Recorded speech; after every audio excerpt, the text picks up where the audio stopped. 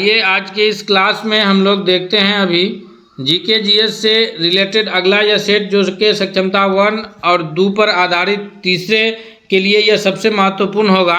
हमारे स्क्रीन पर जो भी प्रश्न आएंगे हम लोग एक एक को उसके उत्तर की व्याख्या के साथ देखेंगे। क्वेश्चन है कि भारत को श्रीलंका से पृथक करती है। भारत को श्रीलंका से कौन अलग करती है? अगर हम लोग भारत का मैप देखें तो भारत के मैप में थोड़ा सा इसमें फ्री हैंड बनाने में ये दिक्कत है। यहाँ पर जो हमारा राज्य है तमिलनाडु, वहाँ उसके किनारे जो है हिंद महासागर लगता है और वहाँ पर करीब में नीचे जो है हमारा ये जलीय पड़ोसी देश श्रीलंका स्थित है, जो भारत और श्रीलंका को स्थल सीमा तो कहीं पर टच नहीं होता है, लेकिन जो जलीय सीमा के द्वारा अलग किया जाता है उसका नाम है पाक जल संधि। याद रखिएगा, पाक जल संधि के द्वारा जो है भारत और श्रीलंका पृथक होता है। और यह पाक जल संधि जो स्थित है यहाँ पर कौन महासागर है? तो भारत के नाम पर ही, हिंदुस्तान के नाम पर ही स्थित हिंद महासागर है। और हिंद महासागर के पाक जल संधि के द्वारा जो है भारत और श्रीलंका अलग अलग होते हैं। अगले क्वेश्चन की ओर बढ़ते हैं। दूसरा क्वेश्चन हमारे स्क्रीन पर कि भारत तथा चीन के बीच जो सीमा रेखा है, अंतर्राष्ट्रीय सीमा रेखा, उसको किस नाम से जाना जाता है? भारत और चीन के बीच जो अंतर्राष्ट्रीय सीमा रेखा है उसको किस नाम से जाना जाएगा? तो ये जो हमारे भारत का मैप है जिसमें भारत की जो सीमा है वो 7 स्थलीय पड़ोसी देश से लगता है। पश्चिम से अगर हम लोग शुरू करें तो पाकिस्तान, अफगानिस्तान, चीन, नेपाल, भूटान, म्यांमार, बांग्लादेश, इन सभी देशों से सीमा लगता है। जिसमें जो रेड क्लिफ रेखा है, ऑप्शन में जो हमारे रेड क्लिफ रेखा है, तो याद रखिएगा सर जॉन रेड क्लिफ के नेतृत्व में यह रेखा भारत और पाकिस्तान के बीच खींची गई थी। तो यह भारत और पाकिस्तान की अंतर्राष्ट्रीय सीमा रेखा है। लेकिन मैक मोहन के द्वारा जो है भारत और चीन के बीच अंतर्राष्ट्रीय सीमा रेखा खींची गई है। अर्थात option number B correct answer होगा कि भारत तथा चीन के बीच की जो सीमा रेखा है वह मैक मोहन रेखा के नाम से जानी जाती है। और डुरंड रेखा जो है वह वर्तमान में पाकिस्तान और अफगानिस्तान के बीच की सीमा रेखा है। पहले जो भारत में अंग्रेजों का शासन चल रहा था, पूरा जो हमारा ये भारत था, संगठित भारत, तो उस वक्त जो है अंग्रेजों ने डुरंड रेखा खींच करके अफगानिस्तान को अलग किया था। अभी जो इस प्रश्न का दूसरा नंबर क्वेश्चन का जो सही उत्तर है कि भारत तथा चीन के बीच की जो अंतर्राष्ट्रीय सीमा रेखा है वो मैकमोहन लाइन के नाम से जानी जाती है। नेक्स्ट क्वेश्चन है, क्वेश्चन नंबर तीसरा है कि निम्नलिखित में से किस देश के साथ भारत की अंतर्राष्ट्रीय सीमा नहीं लगती है? अंतर्राष्ट्रीय सीमा अर्थात अंतर्राष्ट्रीय स्थलीय सीमा नहीं लगती है। तो पाकिस्तान और बांग्लादेश, इनडायरेक्टली यह भारत का ही अंश है, तो इन दोनों के साथ तो भारत का अंतर्राष्ट्रीय स्थल सीमा रेखा लगती है। भूटान के साथ भी लगता है। जो देश के साथ अंतर्राष्ट्रीय स्थलीय सीमा रेखा नहीं लगती है वह देश है श्रीलंका, जो कि भारत को ये पाक जल संधि के द्वारा भारत श्रीलंका अलग होता है, यानी ये हिंद महासागर में स्थित देश Sri Lanka. Option number D correct answer है। नेक्स्ट क्वेश्चन की ओर बढ़ते हैं। क्वेश्चन नंबर चौथा है कि भारत की सबसे लंबी अंतर्राष्ट्रीय सीमा किस देश के साथ लगती है? भारत की जो अंतर्राष्ट्रीय सीमा लगती है वो सबसे लंबा जो है वो किस देश के साथ लगती है? यहाँ पर अगर हम लोग भारत के मैप को ज़रा ध्यान से देखेंगे तो यहाँ गुजरात से शुरू होकर के गुजरात, राजस्थान, इन सारे राज्यों से सीमा लगते हुए पंजाब और जम्मू कश्मीर से पाकिस्तान की सीमा लगती है। फिर इधर बिहार, उत्तराखंड, उत्तर प्रदेश से नेपाल की सीमा लगती है। फिर चीन की सीमा जो है लद्दाख में भी लगती है, पीछे सिक्किम में भी लगती है, अरुणाचल प्रदेश में भी लगती है। और बांग्लादेश जिसकी सीमा जो है ये पश्चिम बंगाल और पूर्ववर्ती राज्यों से लगती है। अर्थात जो है ये ऑप्शन नंबर डी जो है वो करेक्ट आंसर होगा कि बांग्लादेश की सीमा जो है हमारे सबसे लंबी अंतर्राष्ट्रीय सीमा रेखा वाला देश है। यानी जो पश्चिम बंगाल राज्य है, इधर असम राज्य है, इन सारे राज्यों से जो है बांग्लादेश की सीमा लगती है। अगले सवाल की ओर बढ़ते हैं। तो सबसे लंबी जो तटीय सीमा रेखा लगती है, अंतर्राष्ट्रीय सीमा रेखा, वह बांग्लादेश की लगती है, जो कि बंगाल की खाड़ी में स्थित है। बांग्लादेश पहले पूर्वी बंगाल हुआ करता था, बाद में पूर्वी पाकिस्तान बना। लेकिन 1971 में शेख मुजीबुर रहमान वहाँ के एक लीडर हुए और उन्होंने जो है पूर्वी पाकिस्तान से बांग्लादेश पृथक किया था, अलग किया था। अगला सवाल है, क्वेश्चन नंबर 5 है कि गारो, खासी और जयंतियाँ पहाड़िया संरचना एवं उत्पत्ति की दृष्टि से निम्नलिखित में से किसका भाग है? ये जो जयंती है, गारो पहाड़ी है, गारो खासी और जयंतिया के नाम से जो पहाड़ी हैं यह पूर्वोत्तर हिमालय का पहाड़ी भाग है। अर्थात इसका जो 5वां नंबर प्रश्न है उसका सही उत्तर ऑप्शन नंबर बी के रूप में जाना जाएगा। नेक्स्ट क्वेश्चन है, क्वेश्चन नंबर 6 है कि कोंकण तट जो तटीय इलाका है भारत के अन्य राज्यों का, इसमें जो है इधर केरल, कर्नाटक, तमिलनाडु, आंध्र प्रदेश, उड़ीसा, गोवा, इन सारे राज्यों से जो है वो भारत के जो सारे राज्य हैं ये तटीय प्रदेश हैं, यानी इसके बाद जो है भारत की स्थिति समुद्र से लगती है। तो कोंकण तट जो नाम है वो कहाँ से कहाँ तक का क्षेत्र है? कोंकण तट जो क्षेत्र है वह है ऑप्शन नंबर सी, यानी गोवा से दमन तक के क्षेत्र को जो है वह कोंकण तट के नाम से जानते हैं। नेक्स्ट क्वेश्चन की ओर चलते हैं। क्वेश्चन नंबर 7 है कि लक्षद्वीप समूह स्थित है। लक्षद्वीप जो है यह भारत के कौन से, भारत 3 ओर से जो है यह घिरती है। भारत की जो स्थिति है वो 3 ओर से तटीय प्रदेश है, यानी 3 ओर से समुद्र से घिरती है। पश्चिम में अरबियन सागर है, यहाँ पर जो है सबसे दक्षिण में हिंद महासागर है और इस इलाके में जो है बे ऑफ बंगाल है, यानी बंगाल की खाड़ी है। तो भारत का जो लक्षद्वीप है या द्वीप समूह जो है यह यहाँ जो अरबियन सागर में यानी अरब सागर में स्थित है। अर्थात 7वां नंबर प्रश्न के लिए जो सबसे सही उत्तर होगा कि लक्षद्वीप जो है वो अरब सागर में स्थित ये द्वीप समूह है। अगला क्वेश्चन है, क्वेश्चन नंबर 8 है कि निम्नलिखित में से कौन सी नदी की लंबाई का सबसे अवरोही क्रम है, यानी घटते क्रम में कौन सी नदियों की लंबाई है। भारत में प्रवाहित होने वाली नदियों का हम एक अलग सीरीज बनाए हैं, वो भी हम आप लोगों से शेयर कर देंगे, कमेंट में ही उसका लिंक आपको मिल जाएगा। भारत की कौन सी नदियां कहां से बहती है और वो कहां जाकर के गिरती है, ये सारी जानकारी डिटेल्स में उसमें दिया गया है, तो आप उस वीडियो से भी नदियों के बारे में जो जानकारी है वो प्राप्त कर सकते हैं। क्वेश्चन है 8वां कि भारत की जो नदियां हैं इसका अवरोही क्रम कौन सा है। तो भारत की नदियों का जो सबसे सही अवरोही क्रम होगा कि तो सबसे लंबी नदी ब्रह्मपुत्र, फिर गंगा, फिर गोदावरी, फिर नर्मदा, यानी ऑप्शन नंबर ए जो है वो नदियों के अवरोही क्रम में ए सबसे करेक्ट आंसर होगा। नेक्स्ट क्वेश्चन है, क्वेश्चन की गंगा नदी को बांग्लादेश में किस नाम से जाना जाता है। गंगा नदी जो सबसे पवित्र नदी के रूप में जानी जाती है, इसका उद्गम स्थल जो है यह 2 प्रमुख नदी भागीरथी और अलकनंदा के संयुक्त धारा से होता है और यह उत्तराखंड में जो है भारत में प्रवेश करती है और ये गंगोत्री से निकलती है गोमुख स्थान से और फिर जो है यह उत्तराखंड के बाद उत्तर प्रदेश, बिहार होते हुए पश्चिम बंगाल में एंट्री करती है। पश्चिम बंगाल के बाद जो है यह बांग्लादेश से बहते हुए बंगाल की खाड़ी में जाकर के गिरती है। तो बांग्लादेश में जो है गंगा नदी को पद्मा के नाम से जाना जाता है, याद रखिएगा ऑप्शन नंबर ए जो है सबसे सही उत्तर होगा 9वां नंबर क्वेश्चन के लिए कि बांग्लादेश में गंगा नदी को पद्मा के नाम से जाना जाता है। क्वेश्चन नंबर 10 है कि सुंदरवन डेल्टा कौन सी नदी बनाती है। तो सुंदरवन डेल्टा जो है जहाँ पर गंगा और ये ब्रह्मपुत्र की जो संयुक्त धारा है बंगाल की खाड़ी में जब गिरती है उसके मुहाने पर बनता है सुंदरवन डेल्टा और सुंदरी वृक्ष के कारण जो है उसका नाम सुंदरवन डेल्टा पड़ा है, ये भी याद रखिएगा। यानी ऑप्शन नंबर सी सही उत्तर होगा कि गंगा और ब्रह्मपुत्र की जो संयुक्त धारा बंगाल की खाड़ी में गिरती है और मुहाने पर जो है सुंदरवन डेल्टा का निर्माण करती है। क्वेश्चन नंबर 11 है कि निम्न में से कौन यौगिक है, यानी अब हम लोग जो है भूगोल के बाद जो प्रश्न आया हमारे पास वो विज्ञान से रिलेटेड प्रश्न है। हम आपसे रिक्वेस्ट करेंगे कि अगर आपको पसंद आ रहा है तो दोस्तों के बीच शेयर कीजिए। वीडियो को अब तक लाइक नहीं किए हैं तो प्लीज़ आप वीडियो को लाइक कर लीजिए तथा दोस्तों अगर आप चैनल पर नए हैं तो चैनल को जरूर सब्सक्राइब कर लीजिए ताकि कोई भी वीडियो आए तो सबसे पहले अपडेट आप तक पहुँचे। 11वां नंबर प्रश्न है कि यौगिक कौन सा है। तो यौगिक जो है पारा, यह जो मरकरी है ये तत्व है। ओजोन ये भी ऑक्सीजन का ही ये अणु है लेकिन ये यौगिक नहीं है, वायु मिश्रण है। अमोनिया जो है जिसका सूत्र होता है NH3 यह यौगिक की श्रेणी में आएगा, अर्थात ऑप्शन नंबर डी जो है करेक्ट आंसर है। क्वेश्चन नंबर 12 है कि 2 या 2 से अधिक शुद्ध पदार्थों के मात्रा के विचार से निश्चित अनुपात में संयोग करने से पदार्थ कौन सा बनता है। तो 2 या 2 से अधिक शुद्ध पदार्थों का, शुद्ध पदार्थ अर्थात तत्व कह सकते हैं हम लोग, शुद्ध पदार्थ में तत्व कह सकते हैं कि 2 या 2 से अधिक शुद्ध पदार्थ तत्वों को एक मात्रा के विचार से निश्चित अनुपात में मिलाने से जो पदार्थ का निर्माण होता है उसको यौगिक के नाम से जाना जाता है। और मिश्रण जो है वो किसी भी अनुपात में मिक्स होता है और तत्व जो है वो पदार्थ का सबसे शुद्ध रूप होता है। 3 रूप में रासायनिक रूप से पदार्थ को 3 रूप में बांटा गया है, तत्व, यौगिक, मिश्रण। तो तत्व सबसे शुद्ध रूप हुआ, यौगिक 2 या 2 से अधिक पदार्थों का निश्चित अनुपात में मिश्रण हुआ और मिश्रण जो है कोई उसका निश्चित अनुपात नहीं है वो मिश्रण कहलाएगा। नेक्स्ट क्वेश्चन है, क्वेश्चन नंबर 13 है कि ऐसे तत्व जिनमें धातु और अधातु दोनों के गुण पाए जाते हैं वह क्या कहलाता है। उसको आदर्श धातु कहेंगे या उपधातु या मिश्र धातु या धातुमल।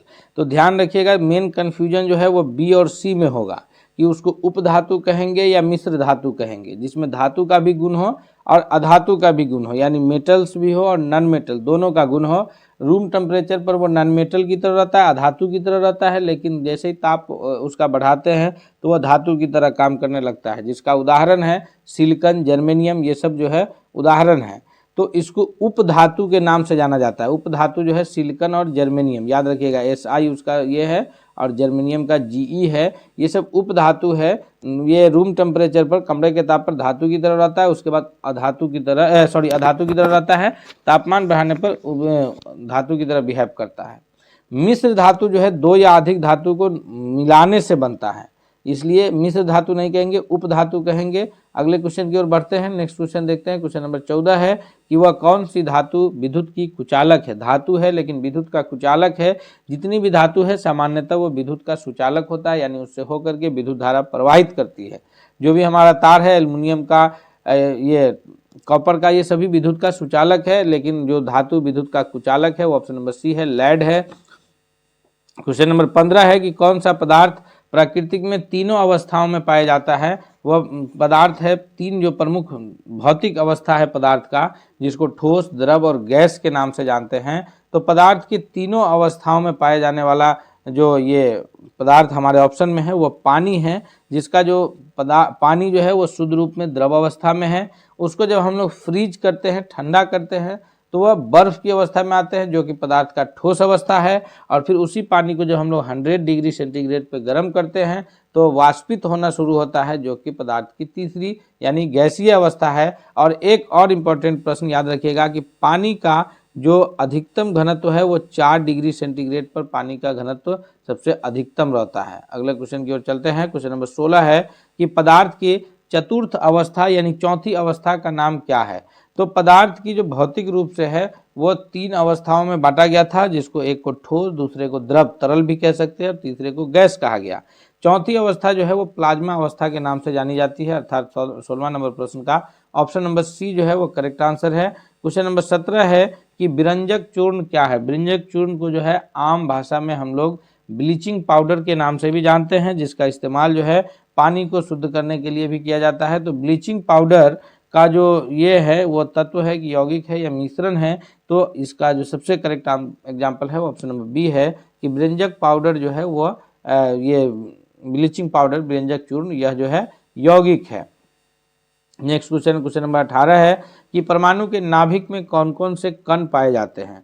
परमाणु जो भी होता है, परमाणु के नाभिक में, नाभिक यानी न्यूक्लियस जो बीच में होता है, इसमें प्रोटॉन प्लस न्यूट्रॉन पाए जाते हैं और इसकी कक्षा में जो है इलेक्ट्रॉन चक्कर काटता रहता है। अर्थात नाभिक के कण पूछ रहे हैं। परमाणु में 3 कण होते हैं, ई से इलेक्ट्रॉन, पी से प्रोटॉन और एन से न्यूट्रॉन। इलेक्ट्रॉन, प्रोटॉन और न्यूट्रॉन, ये प्रोटॉन और न्यूट्रॉन जो है ये नाभिक में होता है, अर्थात 18 का ऑप्शन नंबर ए जो है वो सबसे करेक्ट आंसर होगा। नेक्स्ट क्वेश्चन की ओर चलते हैं। क्वेश्चन नंबर 19 है, 19वां नंबर प्रश्न क्या कह रहा है कि निम्नलिखित में से कौन सा आवेश रहित कण है। तो ये जो परमाणु में 3 कण होते हैं ना, इलेक्ट्रॉन, प्रोटॉन और न्यूट्रॉन, उसमें से इलेक्ट्रॉन पर जो है वो निगेटिव चार्ज होता है और प्रोटॉन पर जो है वो पॉजिटिव चार्ज होता है। याद रखिएगा, प्रोटॉन पर पॉजिटिव, इलेक्ट्रॉन पर निगेटिव और न्यूट्रॉन पर कोई चार्ज नहीं होता है, नो चार्ज। इसलिए ऑप्शन नंबर सी जो है वो सबसे सही उत्तर है 19वां नंबर प्रश्न के लिए। क्वेश्चन नंबर 20 है कि इलेक्ट्रॉन की खोज किसने किया। तो ये जो 3 कण हैं परमाणु के, इसमें 3 कण का याद रखिए। इलेक्ट्रॉन की खोज करने वाले हैं जे थॉमसन हैं, प्रोटॉन की खोज करने वाले गोल्डस्टीन है, याद रखिएगा, और न्यूट्रॉन की खोज करने वाले जो हैं वह ये जेम्स चैडविक हैं, याद रखिएगा तीनों कण। तो ऑप्शन नंबर ए जो है वो करेक्ट आंसर है कि इलेक्ट्रॉन की खोज पूछा जा रहा है थॉमसन, प्रोटॉन की पूछेगा तो गोल्डस्टीन, न्यूट्रॉन की पूछेगा तो जेम्स चैडविक। अगले क्वेश्चन की ओर बढ़ते हैं। नेक्स्ट क्वेश्चन जो है, अब हमारा जो प्रश्न है वो इतिहास से रिलेटेड प्रश्न है। हम आपसे फिर एक बार रिक्वेस्ट करते हैं कि अगर आप अब तक इस वीडियो को लाइक नहीं किए हैं तो प्लीज़ आप लाइक करके दोस्तों के बीच इस वीडियो को शेयर कीजिए, ताकि सभी लोग इसकी बेहतर तैयारी कर सके। और अगर आप चैनल पर नए हैं तो प्लीज़ चैनल को जरूर सब्सक्राइब कर लीजिए। कह रहा है कि सिंधु घाटी सभ्यता कहाँ तक विस्तृत थी। सिंधु घाटी सभ्यता का जो विस्तार है वह पंजाब, राजस्थान, गुजरात, उत्तर प्रदेश, हरियाणा, सिंध और बलूचिस्तान, इन सभी जगहों पर इसका जो है विस्तार रहा है। सभी स्थल के बारे में जो डिटेल्स जानकारी है उसका भी अलग वीडियो हमारे पास उपलब्ध है। बल्कि सिंधु घाटी सभ्यता पर हमने 100 प्रश्नों का एक महत्वपूर्ण 100 प्रश्नों का सेट भी चलाया है, जो भी इसी चैनल पर मौजूद है, आप उसे भी देख सकते हैं। उसका भी लिंक हम इसके डिस्क्रिप्शन में मौजूद है। क्वेश्चन नंबर 21 है, वह है ऑप्शन नंबर डी हो जाएगा, यानी कि पंजाब, राजस्थान, गुजरात, उत्तर प्रदेश, हरियाणा, सिंध और बलूचिस्तान, इन सभी जगहों पर सिंधु घाटी सभ्यता विस्तृत रही है। अगला है क्वेश्चन नंबर 22 है कि सिंधु घाटी स्थल कालीबंगन किस प्रदेश में है। कालीबंगन जो है, जिसका अर्थ होता है काले रंग की चूड़ियाँ, यह जो स्थल मौजूद है 22वां नंबर प्रश्न का जो सबसे करेक्ट आंसर है वह कौन है, तो इसका जो सबसे सही उत्तर है वह है ऑप्शन नंबर ए। यह भारत के राजस्थान राज्य में स्थित है। सिंधु घाटी स्थल कालीबंगन जो है वह राजस्थान राज्य में स्थित है। क्वेश्चन नंबर 23 है कि हड़प्पा सभ्यता किस युग की सभ्यता थी, यानी हड़प्पा सभ्यता में वो नवपाषाण युग है, यानी लोग उस वक्त पत्थर के निर्मित वस्तुओं का इस्तेमाल करते थे, या लौह युग है, लोहा का इस्तेमाल करते थे, या कांस्य युगीन सभ्यता है। तो हड़प्पा सभ्यता जो है वो कांस्य युगीन सभ्यता है, अर्थात ऑप्शन नंबर ए जो है इसका सबसे सही उत्तर है। क्वेश्चन नंबर 24 है कि सिंधु घाटी सभ्यता के लोगों का मुख्य व्यवसाय क्या था। मुख्य व्यवसाय जो है उस वक्त व्यापार करना था, या पशुपालन था, या शिकार, या कृषि। तो अगर इस पर ध्यान दीजिएगा तो सिंधु घाटी सभ्यता के लोगों का जो ये है वह व्यापार करना उस वक्त का मुख्य व्यवसाय।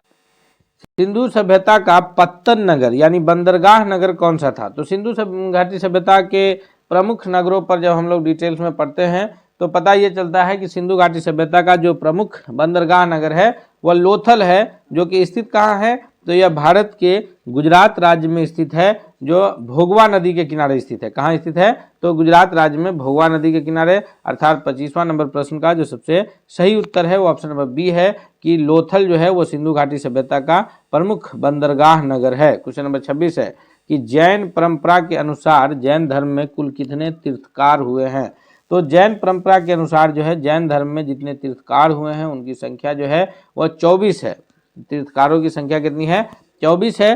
प्रथम तीर्थकार जो है वो ऋषभ देव के नाम से जाने जाते हैं, और 23वें तीर्थकार जो है वो पाशुरनाथ है, और 24 एवं अंतिम तीर्थकार जो हुए हैं वह महावीर हुए हैं। स्वामी महावीर जो है वो 24 और अंतिम तीर्थकार के रूप में जाने जाते हैं। क्वेश्चन नंबर 27 है कि किस शासक ने बौद्ध के लिए विख्यात विक्रमशिला विश्वविद्यालय की स्थापना की थी। विक्रमशिला विश्वविद्यालय जो है वो आधुनिक भारत के ये अपने बिहार के ये आधुनिक बिहार के जो है विक्रमशिला विश्वविद्यालय भागलपुर जिले में स्थित था, और इसकी जो स्थापना है वह धर्मपाल के द्वारा किया गया था, अर्थात ऑप्शन नंबर डी याद रखिएगा। दो प्रश्न इससे बन सकते हैं कि विक्रमशिला विश्वविद्यालय वर्तमान में वह कौन सा जिला इससे संबंधित है, तो वह जो है ये भागलपुर जिला संबंधित है। और भागलपुर का एक और इतिहास है कि भागलपुर जो है वो रेशम के उत्पादन के लिए प्रमुख रूप से भी जाना जाता है। नेक्स्ट क्वेश्चन है क्वेश्चन नंबर 28 है कि किसके द्वारा